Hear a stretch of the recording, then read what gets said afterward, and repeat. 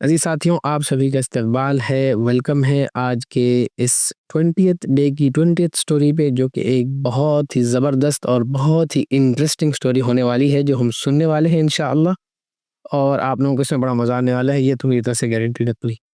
तो आयतें हमने तिलावत कर ली हैं और इसमें बहुत कीमती लेसन्स जो आज हमारे और आपके लिए स्पेशली, जैसा कि मुझे अंदाज़ा है कि हमारा जो सर्कल है या हमारा ये ग्रुप है या हमारी जो ऑडियंस है वो ज़्यादातर इस नौजवानी की उम्र से ही गुजर रही है, जिसमें हम भी हैं, जिसमें आप लोग भी हैं मान लो। तो हमारे लिए इसमें चंद और ज़्यादा अहम लेसन्स हैं। तो बहरहाल हम आज की कहानी की तरफ बढ़ते हैं। सबसे पहले तो कहानी का कॉन्टेक्स्ट ये है कि सूरतुल असस की तरफ जो जहाँ पे हम अभी हैं, जो कि 20वें पारे की ही सूरत है और आज 20वें दिन की निस्बत से हमने इस कहानी को लिया है।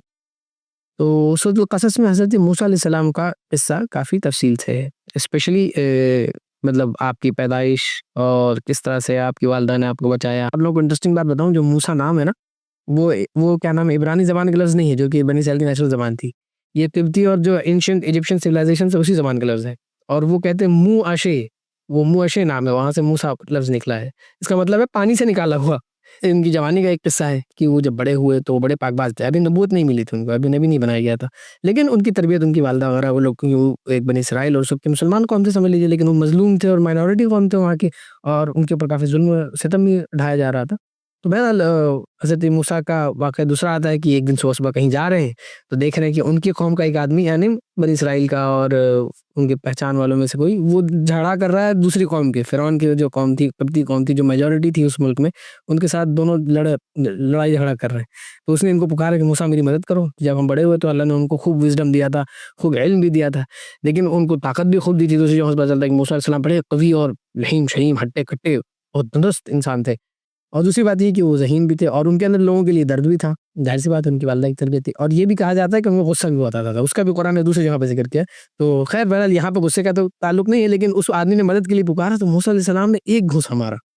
कहा जाता है कि एक ही घूँसे में वो जिसको मारा, वो बेचारे को घूँसा ऐसा पड़ गया, वो सर में पड़ गया, कहाँ पड़ा कि वो मर गया वहाँ पे। अब हज़रत मूसा मारने के लिए तो फ़ौरन उन्होंने ऐलान बरात की कि भाई ये मेरी तो शैतान की आरज़ू में मेरी कोई नियत नहीं थी। वो कत्ले, मतलब एक बंदा मर गया भाई गलती से, हालाँकि वो बंदा मुजरिम रहा हो, कुछ भी रहा हो, और झगड़ा ज़ाहिर-सी बात है कुछ हो रहा हो, लेकिन हज़रत मूसा फ़ौरन घबराए, अब करें क्या? अब भागें। और अगले दिन जब वो कहीं जाके छुप-छुपा के निकले, किसी ने देखा नहीं ये वाक़या। और फिर एक आध आगे अगले दिन देख रहे हैं कि वो बंदा फिर किसी से लड़ रहा है, वही सेम बंदा जिसने कल मदद के लिए पुकारा था। अब मूसा अलैहिस्सलाम नाराज़ हुए, ये तुम क्या कर रहे हो? उसकी तरफ बढ़े। रिवायत में आता है कि वो या तो सामने वाले की तरफ बढ़े या उसकी तरफ बढ़े। तो उसने कहा, भाई तुम मुझे भी मारना चाहते हो क्या? कल तुमने उसको मार दिया था। हालाँकि ये बात अब तक किसी को नहीं पता थी कि क्या नाम है, मूसा अलैहिस्सलाम से गलती हो गई, इस तरह से कुछ मामला हो गया। लेकिन अब उसने पुकार दिया, अब पूरे शहर में बात फैल गई। अब हज़रत मूसा के ऊपर के खिलाफ वो अब मजलिस अदालत बैठ गई कि भाई ये क्या है? हालाँकि हज़रत मूसा का ट्रीटमेंट प्रिंस की तरह था, लेकिन अंदाज़ा हो गया था फ़िरौन को भी कि ये बंदा उस नस्ल का है या उस कौम का है, वो भले हमारे पास पल रहा है और हमारे पास बड़ा हो गया है। तो बहरहाल फिर मतलब किस्सा मुख्तसर कि एक बंदा आया और उन्हीं सरदारों में से, जहाँ पे ये मशवरा चल रहा था कि मूसा को क्या सज़ा दी जाए, उसने बताया मूसा तुम्हारे खिलाफ कत्ल के मामले हो रहे हैं, कुछ हो रहे हैं, तुम ऐसा करो यहाँ से अब निकल लो, तुम्हारी भलाई इसी में है, नहीं तो तुम्हारे को बड़ा खतरा हो जाएगा। तो हज़रत मूसा को उसने कुछ रास्ता वास्ता भी बताया, तो हज़रत मूसा वहाँ से भागे, छुपते-छुपाते निकले हैं। अब हमारी कहानी शुरू होती है कि हज़रत मूसा मिस्र से निकले तो कहाँ पहुँचे? तो मिस्र से हज़रत मूसा ने जब निकले हैं और वहाँ से अपनी कोई राह ढूँढ रहे हैं, तो उनको मदियन के इलाके की तरफ जाने का सुझाव दिया। उनके दिल में ये बात डाली या किसी ने उनको बताया कि मदियन की तरफ चलो। और मदियन के बारे में आता है कि वो उस वक़्त फ़िरौन के कंट्रोल में नहीं था एरिया। फ़िरौन के से जो लोग भागते थे और उनके ज़ुल्म से जबर से निकल जाते थे, वो लोग वहाँ जाके ठहरते थे। और फ़िरौन का जो कंट्रोल था, वो पूरा इजिप्ट के और उस तरफ पेनिनसुला के उस तरफ था, और मदियन का इलाका थोड़ा-सा पेनिनसुला के इस तरफ है।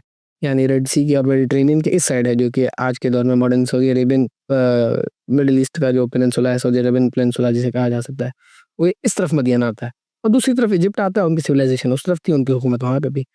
खैर ये जो पॉइंट्स है ना, अगर आप डॉक्यूमेंट्रीज़ कुछ सर्च करें, और लोग गए भी हैं, विज़िट भी किए हैं, और इंशाल्लाह हमारा भी इरादा है कि बस वो थोड़ा-सा एरिया बाकी एक्सप्लोर कर लूँ। तो आज भी कुछ कुएँ मौजूद हैं, कुछ इलाके मौजूद हैं मदीन वगैरह के, जहाँ कहा जाता है कि ये वही जगह है जहाँ हज़रत मूसा अलैहि सलाम आए थे, और ये वो सारी तारीख़ी चीज़ें हैं जिन्हें शौक हो वो कर सकते हैं इंशाल्लाह। तो बहरहाल हज़रत मूसा वहाँ पहुँचे और दुआ की, रब्बी अन यहदियनी सवाअ सबील, कि मतलब दुआ भी है, बल्कि उसमें वो भी है, उम्मीद है, आसा रब्बी अन यहदियनी, कि मैं उम्मीद करता हूँ अल्लाह ताला मुझे ठीक रास्ते पे डाल देंगे। अल्लाह ताला ने इसे वो अच्छी उम्मीद के साथ चले, और अल्लाह ताला ने उनको वो रास्ता कुछ बताया, वो गुम होते ऐसे बचते बचते बचाते। भाई अब वो एक आदमी बच के भाग रहा है तो जाहिर सी बात है चारों तरफ उसके लिए तो फील्डिंग सेट हो गई। अगर कोई किसी ने ने देख लिया, किसी सिपाही ने, उनका फौरन दौड़ गया होगा मामला कि भाई ये बंदा है, अगर कहीं मिले तो उसको पकड़ो, he is most wanted now. तो बहरहाल हजरत मूसा जा रहे हैं और कहाँ पहुंचे, वलम्मा वरद माअ मदियन, कि वो मदियन पहुंच गए और मदियन में एक कुएं पर पहुंचे। तो वहां उन्होंने क्या देखा, वजद अलैहि उम्मतुम मिनन नास, कि वहां पर बहुत सारे लोग अपने जानवरों को पानी पिला रहे हैं। और वो कुआं था या चश्मा था या पहाड़ के दर्रे में कोई छोटी जगह थी, झील थी, कुछ भी थी, लेकिन कुएं का क्या नाम है ज्यादा जिक्र मिलता है। और दूसरी जगहों पर कुरान में तो माँ का लफ्ज़ है कि पानी है, लेकिन जो मुफस्सिरीन और मौरख़ीन ने लाई है बात कि वो कुआं ही था और वहाँ पे लोग पानी पिलाते। तो वैसे पहाड़ में जो स्प्रिंग्स आते हैं ना, जो चश्मे छोटे-छोटे होते हैं, वो भी कुएं की तरह ही दिखते हैं जनरली। तो अगर जिन लोगों ने हाइकिंग की हो, कभी एक्सप्लोर किया हो, तो उन्हें अंदाज़ा होगा कि वो ठीक है, बिल्कुल हमारी तरह का प्रोफेशनल वो ईंटें लगा के कुआं नहीं होता है, लेकिन वो कुएं जैसे ही मामला बन जाता है उधर। तो वहाँ लोग पानी पिला रहे हैं और वहाँ पर उन्होंने क्या देखा, ववजद मिन दूनिहिम इम्रअतैन तज़ूदान, उन्होंने देखा कि 2 ख़वातीन, और यहाँ पे ख़वातीन लफ्ज़ भी सूट नहीं कर रहा है, 2 दोशीज़ाएँ, यानी यंग लड़कियाँ। ये नहीं कि इम्रअतैन जो लफ्ज़ आता है ना कि एक कोई एक यंग हो और मतलब एक जवान, और उसमें ये भी मीनिंग है कि मतलब she is a lady, she is a बाक़िरा, इस तरह के मफ़हूम में भी आते हैं अरबी ज़बान में, ठीक है?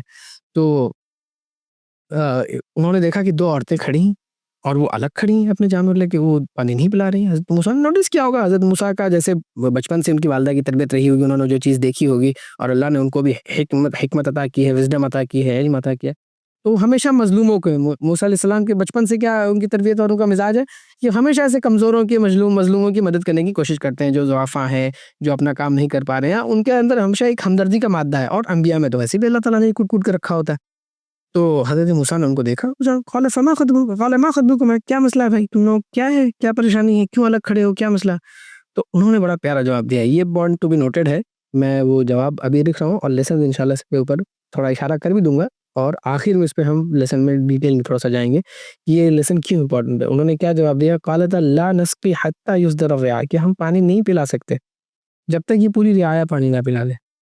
यानी कि अभी भीड़ है, अभी वहाँ सब मर्द हैं और वहाँ पे सब अपने-अपने जानवरों को पानी पिला रहे हैं, तो हम औरतें हैं, हम नहीं इनमें घुस सकते। और उन्होंने क्या किया, वो अबूना शैख़ुन कबीर, कि हमें शौक नहीं था कि हम यहाँ आके पानी पिला रहे होते। ये हमारे वालिद साहब हैं, वो बहुत बूढ़े हो चुके हैं, शेख यानी ये शेख, वो तो एक हम लोग शेख जानते हैं। अरबी में शेख बुड्ढे को भी कहते हैं, बुज़ुर्ग को भी कहते हैं, जिसकी उम्र बहुत ज़्यादा हो। तो वो अबूना शैख़ुन कबीर, कि वो बड़े बूढ़े हो चुके हैं, यानी उनकी उम्र बहुत ज़्यादा है, वो बहुत ज़्यादा बूढ़े हो चुके हैं। और वो इसलिए खुद आ नहीं सकते हैं मर्द के तौर पे, और मजबूरी में हम लोग यहाँ आई हैं, और हम लोग क्या नाम है औरतें हैं, तो हम मर्दों के बीच में घुस के पानी नहीं पिला सकती। ये पॉइंट नंबर 1 है, ठीक है? उन्होंने ये नहीं कहा कि हम बराबर हैं। मैं इशारा कर दे रहा हूँ कि नहीं हम किसी से कम थोड़ी हैं। तो उस ज़माने में भी उनको भी एहसास था कि हमारे लिए क्या अहसन चीज़ है, कि बेहतर यही होता, मजबूरी में हम बाहर निकली हैं। हमारे वरना असली मकाम, असली चीज़ जो हमारा करने की थी वो घर थी, वो तो हमारी मजबूरी कि हमारे वालिद बूढ़े हैं, हमारे घर में कोई मर्द नहीं है, तो हमें ये काम करना पड़ रहा है मर्दों के बीच में आके, वगरना ये रिकमेंडेड और मुस्तहब चीज़ नहीं है। ठीक है, मैंने थोड़ा इशारा कर दिया है, बाकी वक़्त मिला तो इंशाअल्लाह लेसन्स में इस पे थोड़ी-सी और डिटेल हम इशारा कर देंगे। फिर उन्होंने क्या कहा, ये हज़रत मूसा अलैहिस्सलाम की जो बात उन्होंने सुनी, हज़रत मूसा अलैहिस्सलाम ने उनकी जब बात सुनी तो फ़ौरन समझ गया, समझदार आदमी थे कि ये क्या इशारा कर रही हैं। कुरान ने बड़े नपे तुले जुमले अर्ज़ किए हैं, पूरी-पूरी वो नहीं है कि सारा कन्वर्सेशन, कुरान ने जो इम्पोर्टेंट बातें हैं वो कोट कर दी। तो हज़रत मूसा ने क्या किया, उनको सुना, वो फ़ौरन ले लाओ, दो जानवर मुझे दो, तुम लोग क्यों परेशान हो?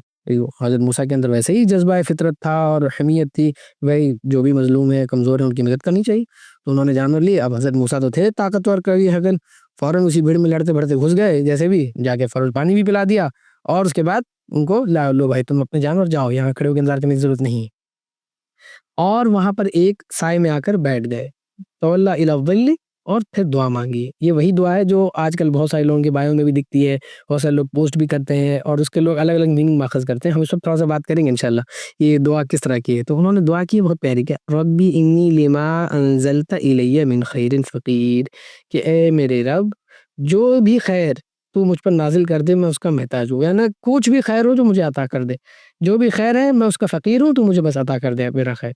यानी हज़रत मूसा, आप सोचिए कितने दिनों से चल के आए होंगे, बताया जाता है कम से कम अगर आदमी ऑन फुट आएगा इजिप्ट से लेकर के मदीना तक, तो कम से कम 8-10 दिन या उससे ज़्यादा का वक़्त ही लगना है, उससे कम तो नहीं हो सकता।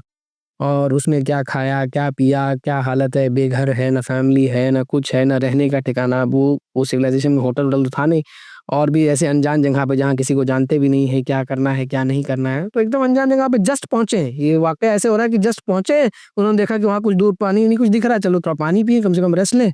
तो उनके साथ ये वाक़या तो हो गया। उसके बाद अब वो लड़कियाँ चली गईं, तो हज़रत मूसा अब वहाँ पे देखना, अब वहाँ बैठ के देख रहे हैं दाएँ-बाएँ कि यार ये कौन-सी जगह है, मैं किधर आ गया हूँ, व्हाट्स इज़ दिस प्लेस, जो कुछ है वो फिर अल्लाह से दुआ कर रहे हैं, अल्लाह ताला कुछ भी खैर नाज़िल कर दे, मैं उसका मोहताज हूँ। जो भी तेरे तू नाज़िल कर दे मेरे लिए, यानी whatever you give me now, इस वक़्त जो भी मुझे तू अता कर सकता है, बस मुझे उसका मोहताज हूँ। कितनी प्यारी दुआ है, और हम सबको ये माँगनी चाहिए।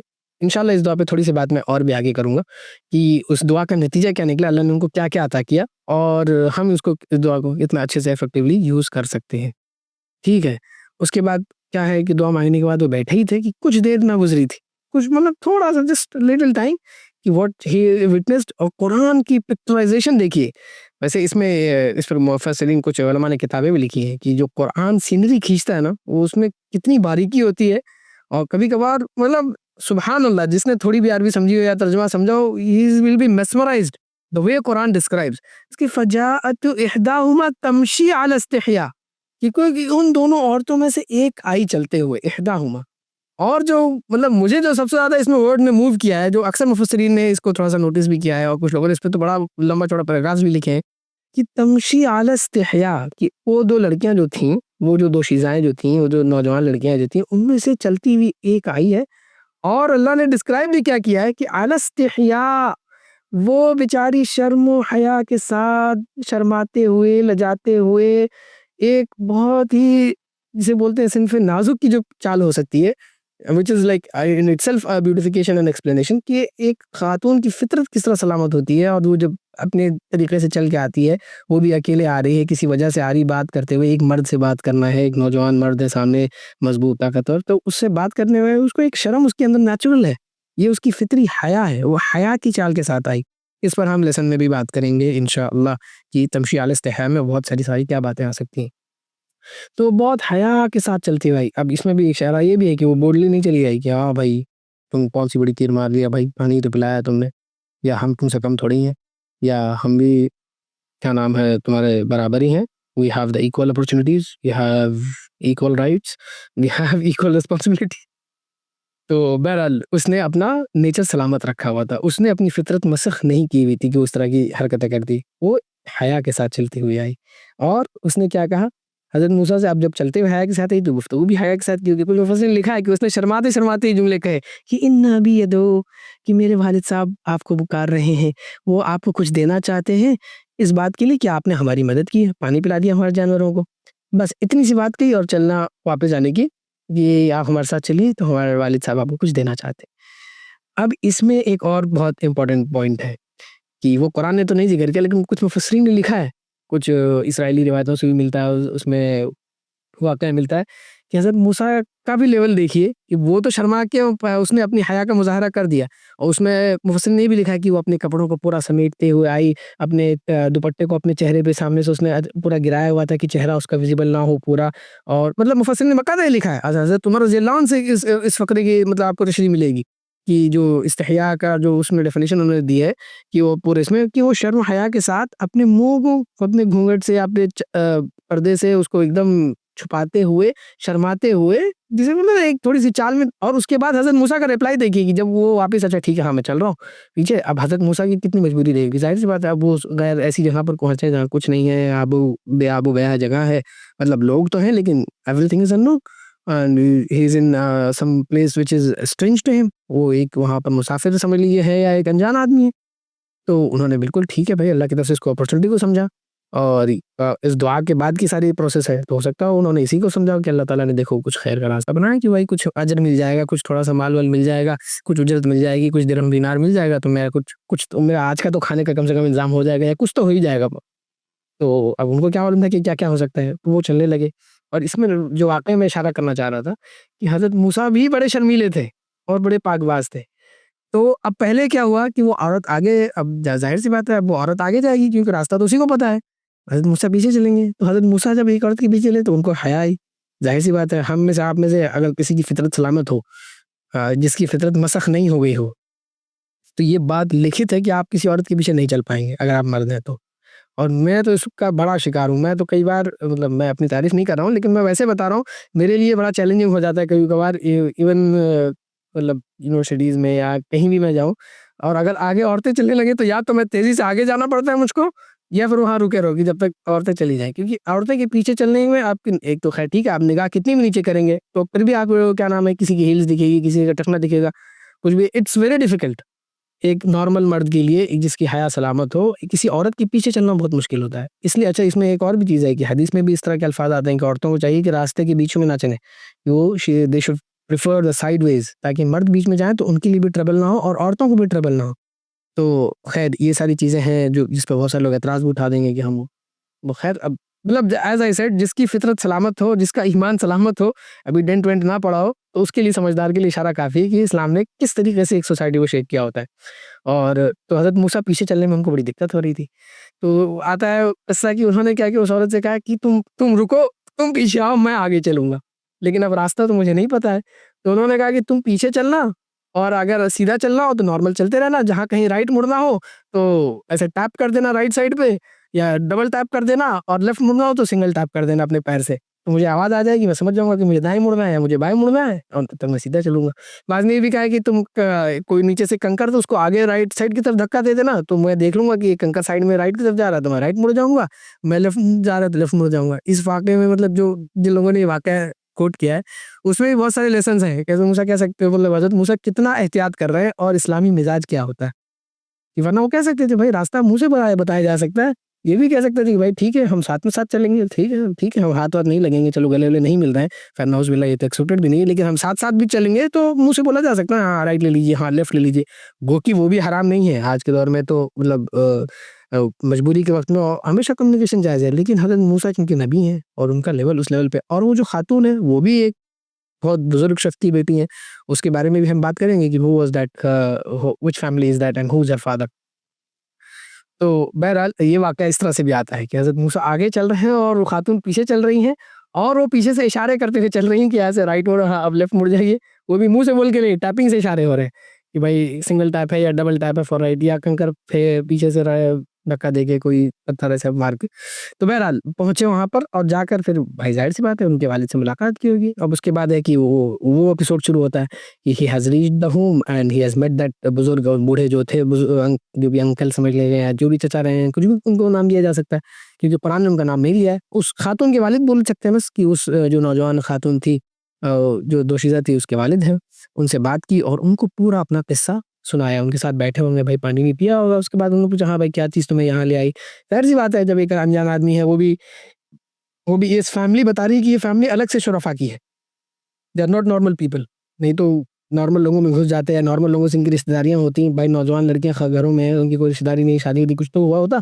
But they are also different, they are following a different religion. तो पता चला कि मुफस्सिरीन ने इसमें लिखा है कि उन्होंने पूरा किस्सा सुनाया, तो उस बंदे ने क्या जवाब दिया उस शख्स ने कि ला तख़फ़, डरो नहीं, नजौत मिनल कौमिज़ ज़ालिमीन, अल्लाह ने तुम्हें ज़ालिम लोगों से बचा लिया है। अब इसके बाद मैं थोड़ा-सा बस उस फैमिली की तरफ इशारा कर देता हूँ कि वो कौन लोग थे। तो उसमें बाद मुफस्सिरीन ने कहा कि वो हज़रत शुएब अलैहिस्सलाम थे। क्योंकि मदियन का जो इलाका है ना, वो इला मदियन अख़ाहुम शुऐबा, कि मदियन के इलाके में हज़रत शुएब को भेजा गया था। तो कुछ लोगों ने कहा कि वो हज़रत शुएब अलैहिस्सलाम थे और ये उन्हीं की बेटी थी और वो बुज़ुर्ग हो चुके थे, अपने कौम में तबलीग करते परेशान हो चुके थे और उनकी कौम भी बहुत नेक नहीं थी और उनके कौम की कमी वैसे नेकी इस मामले में नहीं थी कि वो शिरक और तुगमत परस्ती करते थे। उनके तो सबसे बड़ा मसला ये था कि वो नाप-तोल में कमी करते थे, डंडी मारते थे, दयानतदारी नहीं करते थे। तो बहरहाल हमने कभी मौका आया तो उनका किस्सा भी लिया जा सकता है। तो हज़रत शुएब अलैहिस्सलाम थे, ये एक ओपिनियन है। कुछ लोगों ने कहा वो हज़रत शुएब तो नहीं थे, हज़रत शुएब के डिसेंडेंट्स में से कोई थे। कुछ ने कहा कि ये दोनों बातें भी नहीं हैं, कि वो हज़रत शुएब के जो डिसेंडेंट हैं वो भी किसी ज़माने में हज़रत मूसा के उसमें रहे हों। किसी ने कहा कि वो कोई और बंदे थे, लेकिन वो मदियन का इलाका था और वहाँ पे वो मुसलमान और नेक लोगों में से थे। और कुछ लोगों ने ये भी कहा कि वो बनी इस्राइल के ही टाइप के लोगों में से थे, फ़िरौन के ख़ानदान वगैरह के आस-पास की सल्तनत के थे, जिनको वहाँ से भगा दिया गया था क्योंकि उन्होंने फ़िरौन की कुछ पॉलिसीज़ का एतराज़ किया था। कुछ लोगों ने यहाँ तक भी लिखा है कि जो फ़िरौन की ज़ालिमाना पॉलिसीज़ थी अगेंस्ट बनी इस्राइल और ये फ़िरौन की मतलब फैमिली में से थे और स्ट्रॉन्ग पर्सन थे और उन्होंने अपोज़ किया था कि ये ना कत्ल ना कराओ बच्चों को, ये सब क्या कर रहे हो, ये सारी चीज़ें गलत है तुम्हारी। तो उनको सज़ा के तौर पे मुल्क से बाहर निकाल दिया गया था, तो वो वहाँ आके सेटल हुए थे। तभी तो उन्होंने मतलब जो है ना नजौत मिनल कौमिज़ ज़ालिमीन, उनको डरो नहीं, अब तुम्हें बचा लिया गया। तो ये भी कहा जाता है। बाद में कहा जाता है कि मदियन में कई लोग वो थे जो फ़िरौन के ज़ुल्म से या उनके उससे परेशानी से बच कर के यहाँ पर आए थे, तो वो क्या नाम है इस इलाके में आके सेटल हो गए थे। तो बहरहाल उस शख्स के बारे में जो 2-3 ओपिनियंस हैं मैंने इशारा कर दिया। इससे ये भी पता चलता है कि वो बहुत नेक लोग थे। तभी उन बच्चियों की तरबियत, जो उनका डिस्क्रिप्शन है, जो कुरान में उनके जो मनाज़िर खींचे हैं और जो उनके अल्फ़ाज़ हैं, जो ये उससे पता चला ना कि ये किसी आम घर की तो बच्चियाँ नहीं थी वो किसी आम घर की तो लड़कियाँ नहीं हैं। तो पता चल रहा है कि they are from someone who is very learner, very pious, या समवन, जैसे कि बाद मुफस्सिरीन ने कहा कि खुद नबी हैं, बाद ने कहा कि नबी के एक डिसेंडेंट हैं, बाद ने कहा कि एक बहुत बुज़ुर्ग शख्स थे, नेक शख्स थे। बहरहाल ये सारे ओपिनियंस अपनी जगह पे है। कुरान में इसमें कोई क्या नाम है, इस एक्सप्लिसिट कोई इशारा नहीं किया है, बस मदियन का नाम लिया है और इलाके का नाम बताया है। ये नहीं बताया कि कौन शख्स थे। शुएब अलैहिस्सलाम का ज़िक्र कुरान में है, अगर अल्लाह चाहता तो बता सकते थे।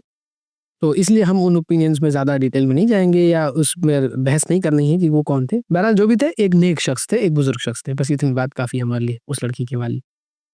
तो ये सारा किस्सा हुआ। अब ज़ाहिर-सी बात है उन्होंने कहा होगा, अच्छा रुक जाओ, अब आए हो, कोई ठिकाना नहीं है तो आज हमारे साथ कुछ खाना-वाना भी खा लो, रुक जाओ, बातचीत भी कर लो। चीज़ें आती हैं, तो सही है। एक आध मेहमान, जब इतने नेक लोग हों तो मेहमान नवाज़ी भी तो होगी इनके अंदर, कि भाई ठीक है, तुम बेघर हो, मुसाफिर हो, अभी कुछ नहीं है, तो यहाँ रुक जाओ। तो अब एपिसोड आगे बढ़ता है कि ये इमीडिएट कन्वर्सेशन के बाद है या कुछ दिनों के बाद है। कुछ मुफस्सिरीन ने कहा कि इमीडिएट कन्वर्सेशन कंटिन्यू है, कुछ लोगों ने कहा कि कुछ दिन के, मतलब कुछ दिन रहे होंगे, 1 आध दिन रहे होंगे। तो उस खातून में से एक, दोनों जो 2 बहनें थीं, कहा जाता है कि वो दोनों बहनें थीं, तो उसमें से एक ने कहा, क़ालत इहदाहुमा, और बड़े प्यार से, या अबतिस्तअजिरहु, है प्यारे अब्बू।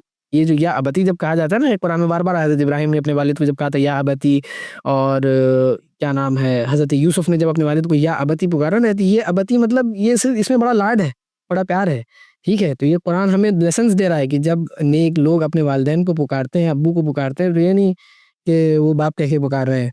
जैसे मतलब नऊज़ुबिल्लाह, हमने कुछ लोगों को सुना कि वो अपने अब्बा को अब्बे कह के बुलाए हैं, अब्बे ने मेरे को ये काम दिया है। ठीक है, उनके यहाँ शायद ट्रेंड हो, लेकिन बाप को हमेशा प्यारे नामों से पुकारना चाहिए, ठीक है? अब्बू जान, प्यारे अब्बू, अच्छे अब्बू, बाबा, जो भी, ख़ैर आप सिर्फ़ बाबा, पापा, अब्बू कुछ भी बोले, लेकिन उसमें मोहब्बत का उन्सुर शामिल होना चाहिए। And girls are always closer to dads, ये भी एक बहुत यूनिवर्सल चीज़ है। तो ये इसकी तरफ भी एक कुरान ने फ़ितरत दिखाई है कि लड़कियाँ हमेशा बाप की, मतलब पापाज़ प्रिंसेस जो कहा जाता है ना कि करीब होती हैं, तो उस लड़की ने बड़े प्यार से बोला, या अबत इस्ताजिरहु, कि इसको नौकर रख लीजिए, इसको इसको एम्प्लॉयमेंट दे दीजिए, इसको हमारे घर में रख लीजिए। और उसने क्या कहा, 2 क्वालिटीज़ बताई हैं, इन्न खैर मन इस्तअजरता, कि उससे बेहतर जो आप, मतलब बेहतरीन जो कोई भी होगा ना जिसको आप नौकर रखें, जिसको आप एम्प्लॉयी रखें घर में अपने काम-वाम करने के लिए, उसमें बेहतरीन वही बंदा होगा जो क्या होगा, अल कवी व अल अमीन। इन्न खैर मन इस्तअजरतल कवियुल अमीन, कि बेहतरीन आदमी जो मुलाज़िम हो रख सकते हैं ना हम लोग, वो वही हो सकता है जो कि ताकतवर हो, कवी हो, मज़बूत हो। भाई पूरे लोग झगड़ रहे हो, जगह ना मिल रही हो, आराम से बकरियाँ लेके लोगों के बीच में घुसता जाए, पानी पिला के चला आए। या उसकी बॉडी, भाई फिज़ीक दिख जाती है इंसान की, भाई ये मज़बूत है, ताकतवर है। और दूसरी चीज़ क्या है, अमीन है, वो अमानतदार है, कि भाई वो वहाँ से यहाँ चलते हुए आया तो उसने मुझसे कोई बात नहीं की, ना निगाह उठा के देखी, कोई चीज़ नहीं की। वो चाहता तो एक्सप्लॉइट कर सकता था, चाहता तो कुछ बोल सकता था, चाहता तो कुछ भी हरकतें कर सकता था। मैं अकेले उसको वहाँ से लेके चली आई, उसने कुछ भी नहीं किया। समझ, मतलब बात, इशारा हो रहा है ना कि किस तरफ इशारा हो रहा है कि भाई ये एक ईमानदार शख्स है, इसने बकरियों को पानी भी पिलाया, और बाकी उसने अपना पूरा किस्सा भी सुनाया। तो ज़ाहिर-सी बात है, जब बाप को किस्सा सुनाया होगा तो हो सकता है पर्दे, और मुफस्सिर लिखा है कि पर्दे के पीछे से वो भी सुन रही थी, कि वो दोनों बहनें, कि ये क्या किस्सा है, भाई घर में वही 3 लोग हैं, कोई और है नहीं रहने वाला। तो और ज़माने में कोई ऐसा रिवाज तो था नहीं कि बहुत बड़े-बड़े घर रहते हों। तो बहरहाल कि उन्होंने भी पूरा किस्सा सुना, तो भाई ये मज़बूत भी है, और ये भी सुना होगा कि भाई उसने भूसा माना तो बंदा मर गया। इसका मतलब है कि ये बहुत ताकतवर है।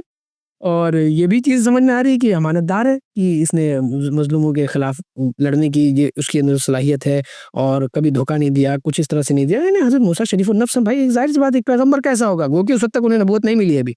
ही has not been given the mission of the prophethood, but एक अल्लाह ताला नबियों की तो बचपन से हिफ़ाज़त करते हैं, और उनको हमेशा से एक सलीम फ़ितरत पे और एक नेक फ़ितरत पे रखते हैं, नेचर पे रखते हैं। तो उस बंदी ने, उस खातून ने, उस लड़की ने 2 क्वालिटीज़ बताई, और बाप को क्या कहा है कि नौकर रखिए। अब ये पॉइंट टू बी नोटेड है, हम इस पर थोड़ा-सा और बात करेंगे इंशाअल्लाह। हम पहले किस्से को आगे कंक्लूड करते हैं कि क्या हुआ? कंक्लूड भी नहीं, आगे लेके चलते हैं, कंक्लूज़न तो बहुत दूर है। तो बहरहाल उस बंदे ने बात सुना कि भाई एक नौकर रखने को कह रही है बेटी, कि यार बात तो सही है कि भाई बेटी को रोज़ जाना पड़ता है, बेटियों को पानी पिलाने, घर के सारे काम करने के लिए, मर्द है नहीं, मैं बूढ़ा हो चुका हूँ, मेरे पास ताकत नहीं है, ज़ईफ़ ही है। तो आइडिया तो अच्छा दे रही है, लेकिन वो आइडिया क्या वाक़तन नौकर रखने का दे रही है? क्या घर में 2 जवान लड़कियाँ हों और नौकर रखा जा सकता है? या नौकर रखना लॉजिकल है? और मेरी बेटी नौकर क्यों रखना चाहेगी कि घर में जवान आदमी को? वो समझ गए इशारे को कि क्या इशारा हो रहा है। और उन्होंने क्या कहा, अब ये है कि ये भी इमीडिएटली कहा या कुछ दिन इस पर गौर किया? कुछ कुछ मुफस्सिरीन ने कहा कि ये ज़रूरी नहीं है कि फ़ौरन कह दिया हो, और हो सकता है उन्होंने कुछ टाइम लिया हो, सोचा हो। बहरहाल कुरान ने फ़ास्ट फॉरवर्ड किया है तो हम भी फ़ास्ट फॉरवर्ड चलते हैं। तो उन्होंने हज़रत मूसा को क्या कहा आके? ये नहीं कहा कि मैं तुम्हें नौकर रखना चाहता हूँ। बेटी की बात को समझा, गौर किया है। यहाँ पे भी पॉइंट है कि उन्होंने बेटी की बात को समझा और गौर किया है। ये नहीं कि हैं, तुम क्या बात करती हो? तुम्हें क्या पता दुनिया का? पता नहीं कौन है वो, क्या है? वो मतलब रद्द नहीं किया, बेटी ने कोई ओपिनियन दिया है तो उसके ऊपर गौर किया है और उसके हिडन सिग्नल को भी समझा है, जिस पे थोड़ा इशारा हम करेंगे। उन्होंने आगे क्या कहा, इन्नी उरीदु अन उनकिहका इहदा बिनतैहि हातैन, कि मैं चाहता हूँ कि इन 2 बेटियों में से एक का निकाह तुम्हारे साथ कर दूँ। हज़रत मूसा को क्या ऑफ़र कर दिया उन्होंने फ़ौरन कि भाई मैं चाह रहा हूँ यार मेरी 2 बेटियाँ हैं, इनमें से एक के साथ शादी कर लो। उसके बदले में क्या दे देना, अला अन ताजुरनी समन है, यानी महर जो है तुम्हें जो डॉवर देना है उसके बदले डील ये कि मैं निकाह में अपनी बेटी तुम्हें देता हूँ और तुम 8 साल मेरी खिदमत कर देना। 8 साल तक यहाँ पे रहो, 8 साल तक तुम्हें मेरी क्या नाम है मेरे मुलाज़िमत करो और 10 साल पूरे कर दोगे तो ये तुम्हारे बेहतरी है, लेकिन 8 साल अब ये बताते हैं कि नेगोशिएशन हुआ होगा उनके आपस में कि नहीं 8 साल 10 साल वैसे होता है ना कि हम निकाह कर देंगे, तो जैसे महर के लिए भी होता है ना नेगोशिएशन, अच्छा इतना रख लीजिए, नहीं इतना रख लेते हैं, अच्छा ये मुनासिब है, अच्छा ठीक है ये आपके लिए भी ठीक है, हमारे लिए भी ठीक है। ऐसे मतलब जस्ट एक सम सॉर्ट ऑफ नेगोशिएशन भी हो सकता हुआ हो। और बहरहाल फाइनलाइज़ क्या हुआ कि 8 साल तुम मेरे हम मुलाज़िमत कर लेना और अगर चाहो तो 10 पूरे कर देना और तुम हमें इंशाअल्लाह बहुत अच्छा पाओगे। यानी उन्होंने अब जब बेटी का रिश्ता दे रहे हैं, तो बाप क्या कहेगा? ये कहेगा भाई तुम इंशाअल्लाह हमें बहुत शरीफ नस्ल पाओगे, कि इंशाअल्लाह तुम्हें अच्छा लगेगा हमारी रिश्तेदारी बन के, तुम्हें हमारे दामाद बन के अच्छा लगेगा, हमारे घर में रह के तुम्हें अच्छा लगेगा। वैसे भी हज़रत मूसा को घर जमाई बनाया जा रहा है इस वक़्त। उनका कोई घर तो है नहीं, अब वो भाई शादी करेंगे तो कहाँ कहीं और तो जाके रहेंगे ही नहीं। वो जब उनको अपने घर में रहना है, खिदमत करनी है उनके बुज़ुर्ग क्या नाम है ससुर साहब की, तो उनको बड़े अच्छे से उन्हीं के साथ ही रहना पड़ेगा ना। तो तुम हमें इंशाअल्लाह कोई मुसीबत वाला नहीं पाओगे। और ये भी कहा कि सतजीदुनी इंशाअल्लाह मिनस सालिमीन, इंशाअल्लाह तुम हमें नेक पाओगे, तुम मुझे नेक पाओगे, मेरी बेटी को भी नेक पाओगे। ज़ाहिर-सी बात है, एक मर्द जब एक एक बाप के लिए एक बहुत बड़ा चैलेंज होता है ना, जब अपनी बेटी के बारे में किसी के साथ बात करना या किसी नौजवान से निकाह में देने की जब बात है, तो he has to keep the honour, he has to explain it कि भाई हम लोग डिज़र्विंग हैं, हम भी अच्छे हैं। देखिए, इसमें ये एक इंसानी फितरत है कि एक बाप अपनी बेटी के मामले में कभी भी बात करता है तो he gets some sort of discomfort तो होता ही है। भई एक बच्ची को गोद से लेके बड़े तक पालना और उससे मोहब्बत होना, फिर उसको किसी और के हवाले कर देना, that's not an easy thing. And specially कि वो कितने भी स्ट्रॉन्ग हो, कितने भी नेक हो, लेकिन हर बाप के अंदर थोड़ी-सी इसको लेके एक फ़िक्र, एक टेंशन सी होती है और उनके अंदर एक जज़्बा होता है कि किस तरह उनकी बेटी के लिए बेस्ट से बेस्ट हो। तो ऐसे वक़्त में इंसान अपने आप को भी जब किसी के सामने प्रपोज़ल रखता है, तो अपने आप को अच्छा लगता है ना, भई हमारी बेटी भी बहुत अच्छी है, हम लोग भी बहुत अच्छे हैं, नेक हैं। भले सामने वाला बेघर हो, लेकिन राइट तो उसी के पास है, वो चाहे तो ना करें निकाह, क्या कर लेंगे आप? मना कर दे तो क्या कर सकते हैं हम? कुछ नहीं कर सकते ना, ज़ाहिर-सी बात है। तो it's a natural thing, it's a natural thing कि he has said about, he has given the disclaimers, he has given explanations about their family और अपने बारे में और अपनी बेटी के बारे में कि मेरी बेटी में ये खूबियाँ हैं। बाकी हज़रत मूसा ने कुछ तो पहले ही देख लिया है। हज़रत मूसा को भी अंदाज़ा, तो हज़रत मूसा ने भी हामी भर लिया। फ़ौरन ये मेरे और आपके दरमियान बात तय हो गई कि हम ये पीरियड तय कर लेते हैं, इसमें से जैसे बेहतरी होगी, इस पीरियड के एंड होने के बाद हम सोच लेंगे। 8 साल बाद हमें लगेगा कि मुनासिब है जाना, तो हम 8 साल बाद चले जाएँगे, 10 साल तक रहेंगे तो 10 साल तक रहेंगे और आगे देखा जाएगा क्या होगा। और उन्होंने कहा कि वल्लाहु अला मा नक़ूलु वकील, कि अल्लाह ताला हमारे इस पर निगहबान है। ये जो हमारे और आपके दरमियान पैक्ट हुआ है, ये जो हमारे और आपके दरमियान कहानी हुई है, इसके पैक्ट, इसकी क्या नाम है, डील के गवाह कौन है? अल्लाह ताला है, यानी अल्लाह को हाज़िर-नाज़िर जानकर हम ये डील कर रहे हैं। तो अल-गरज़ हज़रत मूसा अलैहि सलाम का उस लड़की के वालिद ने हज़रत मूसा अपनी बेटी से निकाह कर दिया और हज़रत मूसा की दुआ किस तरह से कबूल हो रही है, अब देख रहे हैं ना, रब्बी इन्नी लिमा अंज़लता मिन खैरिन फ़क़ीर, कि उनको अल्लाह ताला ने फ़ौरन एक ठिकाना दिया, एक घर दिया, एक बीवी भी अता फ़रमा दी और वो भी बड़ी अच्छी प्यारी बीवी, जिसकी डिस्क्रिप्शन ऐसी है कि मतलब अल्लाह ताला ने कुरान में जिसकी डिस्क्रिप्शन ऐसी खींची है कि मतलब main get a woman should inspire about it, और मर्दों को भी इंस्पायर होना चाहिए कि हम हज़रत मूसा के जैसे बनने की कोशिश करें और ख़वातीन को इंस्पायर होना चाहिए कि वो उस डायरेक्शन से सोचें। और इसमें बहुत सारे और भी चीज़ें आएँगी कि मेरा वक़्त बहुत तेज़ी से गुज़र रहा है, तो मैं अब आई थिंक मुझे कंक्लूजन्स की तरफ बढ़ना चाहिए। तो बहरहाल अल्लाह ताला ने उनका निकाह कर दिया और उसके बाद बस इशारा कर दूँ कि ये वही वाइफ़ हैं जिनको लेकर हज़रत मूसा जब चले थे 8 साल 10 साल मुकम्मल करने के बाद, चीज़ें होने के बाद, तो इन वाइफ़ के साथ ही अल्लाह ताला ने उनको पैगंबर बनाया था कि वो जा रहे थे, रास्ते में कहीं रुके तो उनकी बीवी को सर्दी लगी या क्या वजह रही होगी, तो उन्होंने कहा जाओ वो कुछ है, तो उन्होंने हज़रत मूसा ने एक आग देखी तो गए अपनी बीवी के लिए आग लेके आऊँ तो हम लोग यहाँ पे कुछ पड़ाव कर लेंगे, कुछ गर्मी हो जाएगी, कुछ हो जाएगा। और उसके बाद उन्होंने उसको ऊपर जब वहाँ पहुँचे तो पता चला वो आग तो थी नहीं, वो रोशनी थी, वो पेड़ में से थी, वहाँ से फिर अल्लाह ताला ने उनसे कलाम किया और उनको नबूवत अता फरमाई और सारी चीज़ें की। उसका ज़िक्र आपको डिटेल में सूरत ताहा में मिलेगा, सूरत शुअरा में मिलेगा, सूरत आराफ में मिलेगा, सूरतुल नमल में, सूरतुल कसस में और सूरतुल कसस के अलावा और भी मतलब कुरान में मुख्तलिफ मौकों पर आपको अच्छा डिटेल मिलेगा। तो बहरहाल मैंने ये रेफ़रेंसेस या इशारे इसलिए किए कि इन सूरतों में आप अच्छे से डिटेल में पढ़ सकते हैं कि वो फिर आगे क्या हुआ। तो अल्लाह ने हमको आगे फिर नबूवत भी दी है कि यानी उनकी दुआ की कबूलियत ऐसी हुई कि एक के बाद एक अल्लाह हमको नवाज़ते चले गए। पहले घर दिया या पहले वाइफ़ दी, फिर घर दिया। ये भी कहा था ना कि वो क्योंकि वाइफ़ मिली इसलिए घर मिला या दोनों तरीकों से सोचा जा सकता है। एक अच्छा ख़ानदान दिया, एक अच्छी फ़ैमिली दी, एक अच्छे ससुर दिए और उसके बाद एक ने काम दिया, एक मुलाज़मत भी दी, नौकरी भी मिल गई और बिल्कुल बेहतरीन अंदाज़ में स्टोरी को ऊपर लेके गए। अब हम थोड़ा-सा कंक्लूजन्स पे आ जाते हैं, काफ़ी बातें हो गई हैं, स्टोरी मुझे यकीन है कि आप लोगों को बड़ी इंटरेस्टिंग लगी होगी। पॉइंट नंबर 1 कि मूसा अलैहिस्सलाम की जब तकलीफ़ें आई तो उन्होंने क्या किया? जाके कॉम्प्रोमाइज़ नहीं, वो वहाँ जाके उन्होंने भी देखा कि हाँ, भाई उस पब्लिक में तो बहुत सारे लोग रहे होंगे, ज़ाहिर-सी बात है ना, इतनी भीड़ थी पानी पिलाने वालों की, उनमें से किसी से जाके मदद नहीं माँगी मूसा अलैहिस्सलाम ने। आगे कोने में बैठ गए क्योंकि उनको अंदाज़ा हो गया था ये लोग जब एक औरतों के साथ ये मामला है कि औरतों को आगे नहीं जाने दे रहे हैं, औरतों को पानी नहीं पिलाने दे रहे हैं, जिसे कहा ना बराबरी के ये लोग कायल हो चुके हैं ऐसा लग रहा है। कि भाई वो अपने उससे भी ले ले, वरना जिन मर्दों की फितरत सलीमा बराबर रहती है, तो वो कभी भी नहीं ये देख पाएँगे कि औरत लाइन में खड़ी हो पीछे, ठीक है? या भले फेमिनिज़्म की मार ऐसी आ गई है कि अब मजबूर हो गए हम लोग कि अगर कोई औरत को आगे जाने देना चाहे, तो वो आगे जाके फिर दूसरे मसले शुरू कर दे। तो अब माहौल काफ़ी ख़राब हो चुका है इस मामले में कि मर्द भी अब मजबूर हो जाते हैं कि मजबूर हो गए क्या उनका माइंडसेट ऐसे हो गया कि भाई जब बराबर हैं तो बराबरी की बात करो तो फिर क्यों हम तुम्हें आगे जाने देंगे? फिर तुम क्यों स्पेशल प्रोटोकॉल मिलेगा? तो हज़रत मूसा ने ऐसे लोगों से मदद नहीं ली है और सिर्फ़ अल्लाह से मदद की दुआ की है। मुसीबत में देखा ख़वातीन को तो मदद की। ये हमारा पहला पॉइंट है कि हम भी जब भी मौका देखें तो हमेशा ख़वातीन नेक सिफ़त कहीं देखें, किसी परेशानी में है तो परेशानी में है, मुसीबत में है तो उनकी मदद करें। ये नहीं है कि हम चलो छोड़ो जाने दो निकल लो। ये नहीं करना होता है।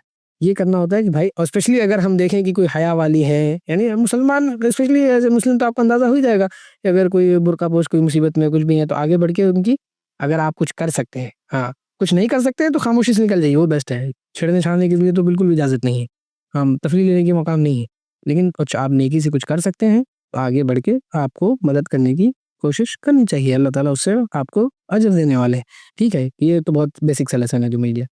उसके बाद उनकी दुआ बहुत प्यारी दुआ है, ये दुआ आप सबको याद होनी चाहिए। मुझे लगता है कि 90% लोगों को याद ही है माशाल्लाह सोशल मीडिया की बरकत से दुआ काफ़ी वायरल है और काफ़ी लोगों ने इसको सीखा है। कुछ लोग इसे शादी की दुआ बताते हैं। क्यों? क्योंकि हज़रत मूसा ने जब ये दुआ माँगी तो उसके बाद उनका क्या हुआ था? निकाह हुआ था। लेकिन ये सिर्फ़ शादी की दुआ नहीं है। ये दुआ एक बहुत जामे है इसमें कि अल्लाह तो जो खैर तू दे दे मैं उसका मोहताज हूँ। अब खैर के मोहताज हम शादी की भी मोहताज हो सकते हैं, हम नौकरी के भी मोहताज हो सकते हैं।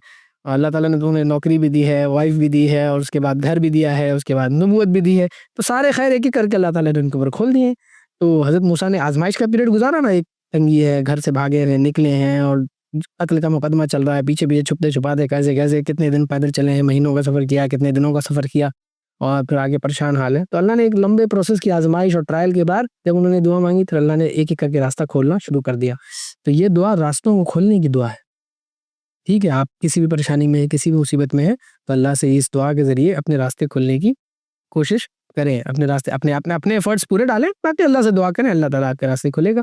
और रमज़ान का महीना है, लैलतुल क़द्र का महीना है, तो इस दुआ का ज़्यादा से ज़्यादा एहतमाम करना चाहिए। स्पेशली हम लोग में से जो किसी एक पर्टिकुलर स्ट्रगल को लेके परेशान है, कोई नौकरी के लिए परेशान है, कोई किसी काम के लिए परेशान है।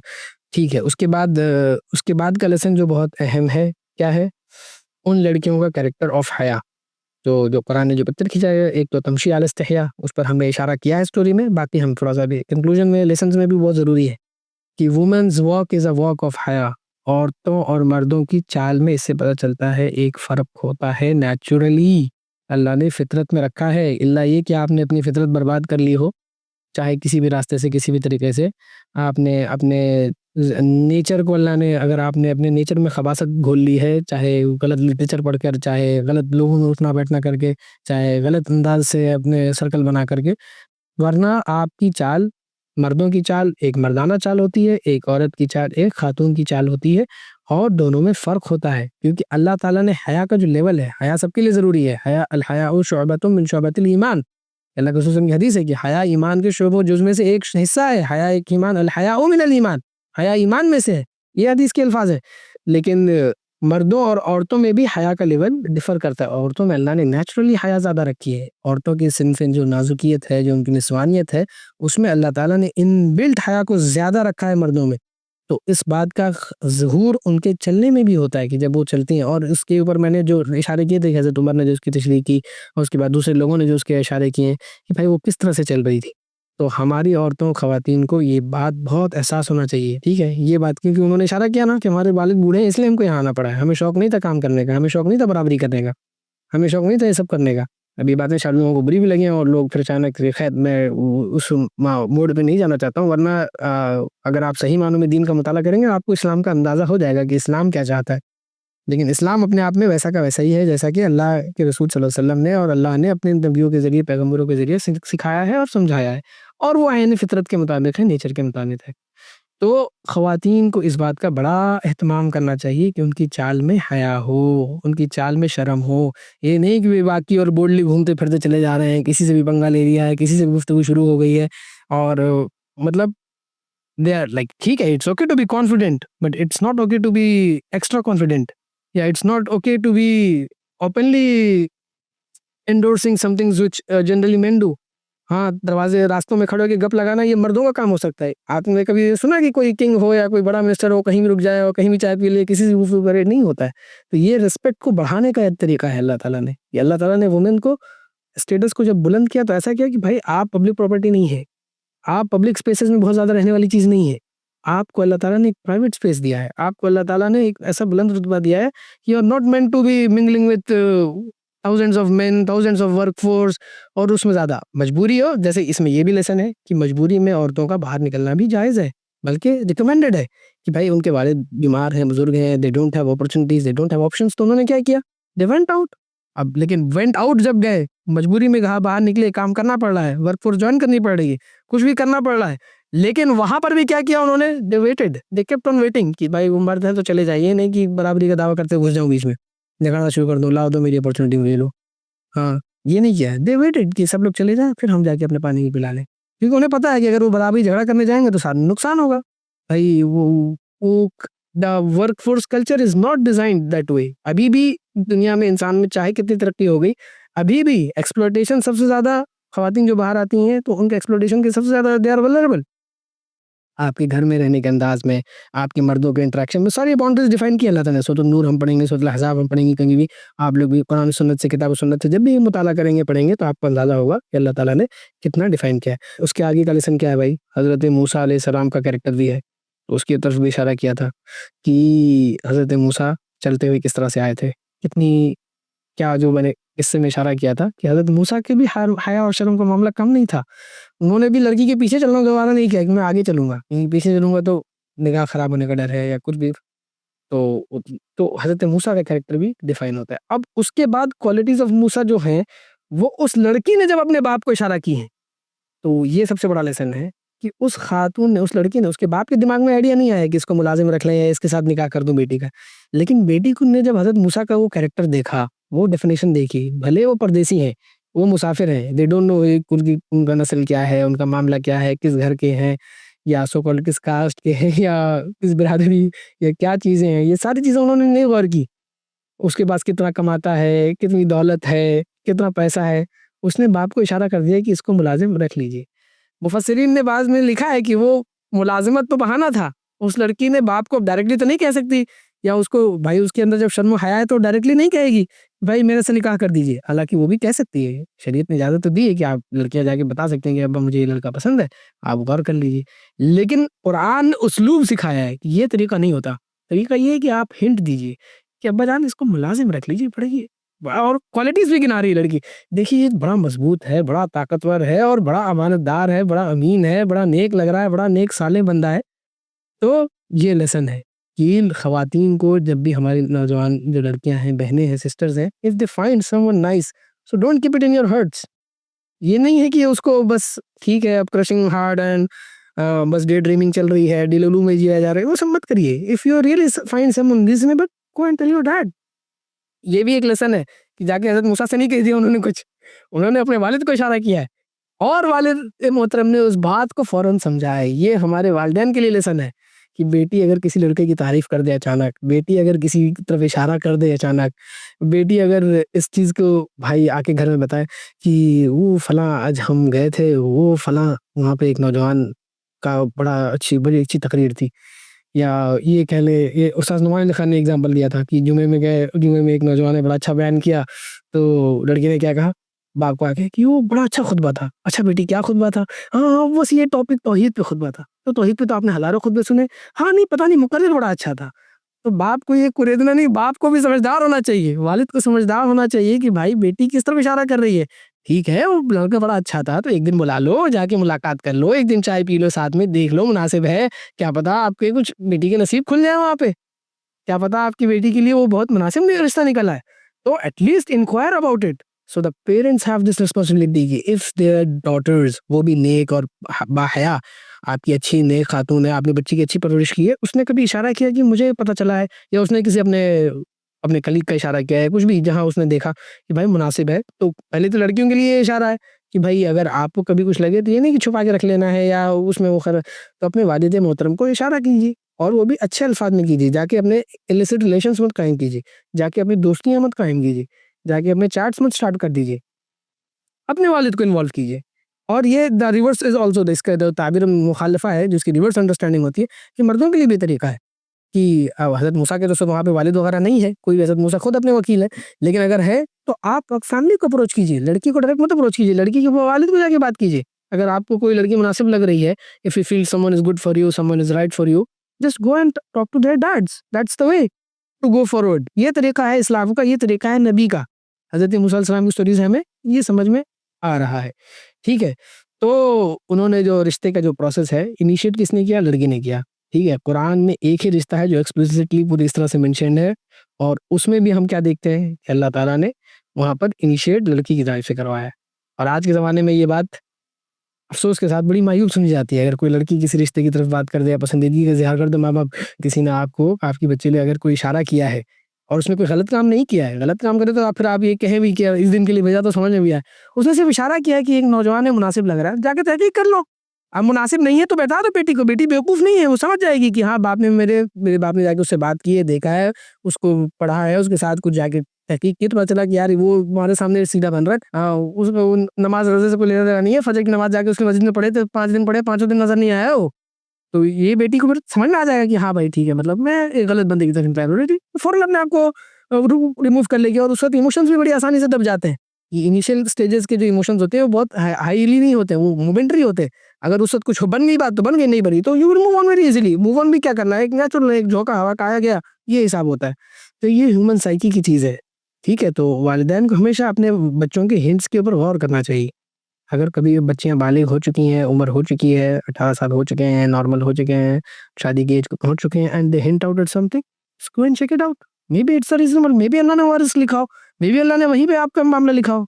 जैसा कि हज़रत मूसा की वाइफ़ के वालिद साहब ने किया है, हज़रत मूसा के ससुर ने यही किया, उन्होंने चेक आउट कर लिया और उनको तो स्टोरी पता ही थी, फ़ौरन कन्विंस हो गए और फ़ौरन रिश्ता भेजा। तो ये इसका एक बहुत अहम लेसन है, लड़की वालों के लिए भी, लड़के वालों के लिए भी, लड़की के वालिदैन के लिए भी। कि भाई ये सारी चीज़ों में हमें कुरान में जो रिश्ता है उसमें ये सारे लेसन्स मिलते हैं। अब ये हमारा प्रॉब्लम है कि हमारे सोसाइटी या हमारे समाज इसके लिए अवेलेबल नहीं है। अगर नहीं है तो इस बात की ज़रूरत है कि हम ऐसा समाज कायम करें जहाँ पे ये चीज़ें ईज़िली एक्सेसिबल हो, जहाँ पर रिश्ते के प्रोसेसेस ईज़ी हो चुके हों, जहाँ पर मामलात आसान हो, जहाँ पर बेहयाई ना फैल रही हो, जहाँ पर निकाह के रास्ते आसान हो, जहाँ पर ज़िना के रास्ते मुश्किल हो। ठीक है, तो ये हैं आज के कंक्लूजन्स और आखिरी चीज़ जो कंक्लूजन का पॉइंट था जो मैंने इंक्लूड कर दिया है कि the dad of the girl, ये जो लड़की के वालिद थे, उनकी समझदारी जो थी, वो हमारे सभी वालिदैन के लिए समझदारी की चीज़ है। ठीक है, तो बारकल्लाहु लना व लकुम फ़िल कुरआनिल अज़ीम व नफ़अनी व इय्याकुम बिल आयाति व ज़िक्रिल हकीम। वसल्लल्लाहु तआला अला खैरि खल्क़िही मुहम्मदिन व अला आलिही व सहबिही अजमाइन बिरहमतिका या अरहमर राहिमीन। अल्लाह ताला से दुआ है कि अल्लाह ताला हमारे मामलात को आसान फ़रमाए। अल्लाह ताला हमें इस किस्से से, इस कहानी से जितने लेसन्स हैं उनको लेने की तौफ़ीक़ अता फ़रमाए।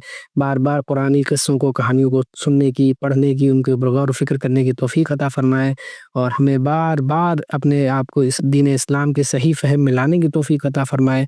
हमारी हिफ़ाज़त फ़रमाए उन तमाम इज़्म से, उन तमाम गुमराहकुन रास्तों से, उन तमाम गुमराहकुन आइडियोलॉजी से जिनमें पढ़कर हमें हमारे दीन को ख़तरा हो, जिसमें हमारे दीन को तो नहीं, हमारे लिए, हमारे दीन के ऊपर चलने के लिए ख़तरा हो, हमारे ईमान पे डाका डालने की जिनमें गुंजाइश हो। अल्लाह ताला इन सब मामलों में हमारी हिफ़ाज़त फ़रमाए। जो जो भी खैर और शर के मामले हैं उनको हमारे पर वाज़ेह फ़रमाए और जितनी भी खैर के लिए हम मोहताज हैं, जितने भी खैर की हमें ज़रूरत है, अल्लाह ताला हमें उन सब खैर के मामले हमारे लिए आसान फ़रमाए और अल्लाह ताला हमारे मामलात को आसान फ़रमाए। आमीन, आमीन सुम्मा आमीन। व जज़ाकुमुल्लाहु खैर। अस्सलामु अलैकुम व रहमतुल्लाहि व बरकातुहू।